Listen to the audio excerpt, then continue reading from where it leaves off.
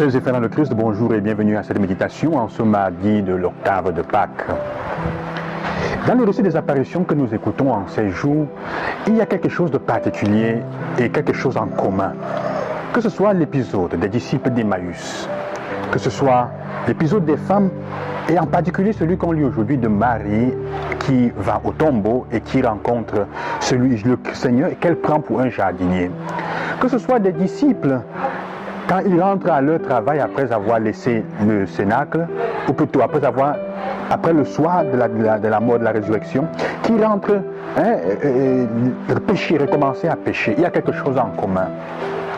C'est que chacun d'eux pense reconnaître le Seigneur dans une façon, ou disons comme ça, on ne dit pas que Dieu se manifeste comme le jardinier, on ne dit pas que Jésus se manifeste comme le voyageur, si on peut dire, mais il s'approche et il marche avec les disciples d'Emmaüs.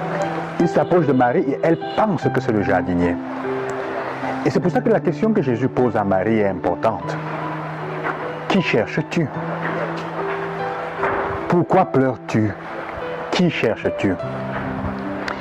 Frères et sœurs, dans chaque recherche, quel que soit ce qu'on recherche, au fond, il y a toujours la recherche de quelqu'un.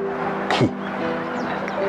Qu'on soit en train de se chercher soi-même ou qu'on soit en train de chercher quelqu'un d'autre, de quel on a besoin pour pouvoir nous sortir de certaines situations. Il y a toujours la recherche de quelqu'un. C'est ce que l'Évangile nous dit aujourd'hui. Dans la poursuite d'un objectif, quel qu'il soit, de quelque bord qu'il soit, il y a d'abord cette recherche de quelqu'un, de soi-même. De quelqu'un qui nous aide à trouver un sens au travail que nous faisons, au travail comme effort, aux difficultés, à la vie. La question de Jésus à Marie-Madeleine aujourd'hui doit aussi nous interpeller. Qui cherches-tu? Est-ce toi que tu cherches ou est-ce quelqu'un d'autre?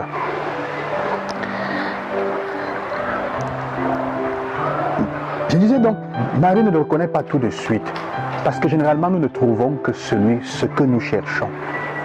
Si dans ton cœur, tu ne vas te mettre ensemble qu'avec le type de personne ou d'homme que tu cherches dans ton cœur. Qui est-ce que tu cherches? Quel est le genre de personne que tu cherches? Celui qui va te donner quoi? L'argent ou qui va être à côté de toi? Tu ne chercheras que celui que, comment dire, tu vas trouver celui que tu cherches en fait dans ton cœur. Et c'est ce que j'ai appelé hier déjà une mémoire affective. Rencontrer le ressuscité, rencontrer le Seigneur a besoin de ce qu'on peut appeler une mémoire affective. Reconnaître le ressuscité ne peut être possible que si tu as déjà connu Jésus dans ton passé, dans ta vie, dans ton cœur. Alors vous voyez, quelle est l'image que Marie va au tombeau chercher un mort? C'est ça qu'elle porte dans le cœur, je disais hier. Les disciples d'Emmaüs savent qu'il est mort.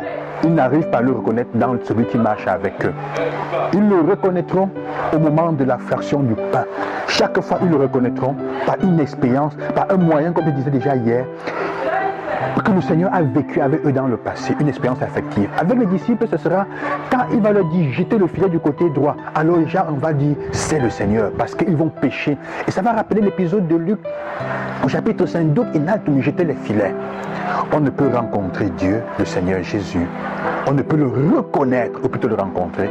On ne peut le reconnaître qui passe dans notre vie que si on a la pleine conscience des moments où on l'a rencontré. Je le redis.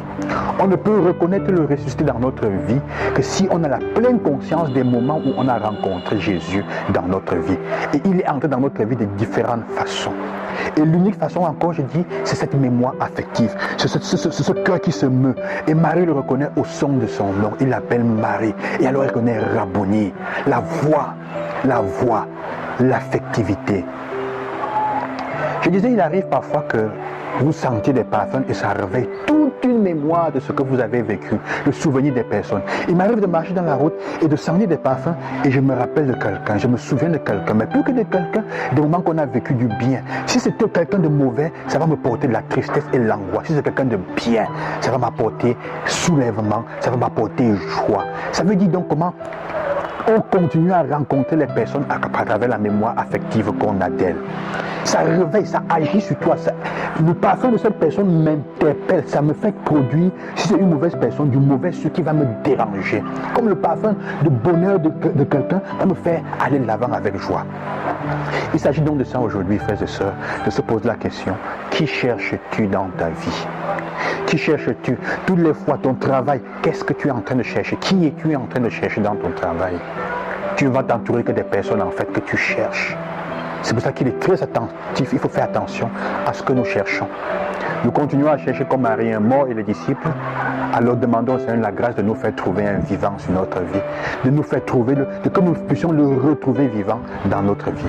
Que le Seigneur vous accompagne et qu'il vous bénisse, le Seigneur Jésus-Christ. À demain.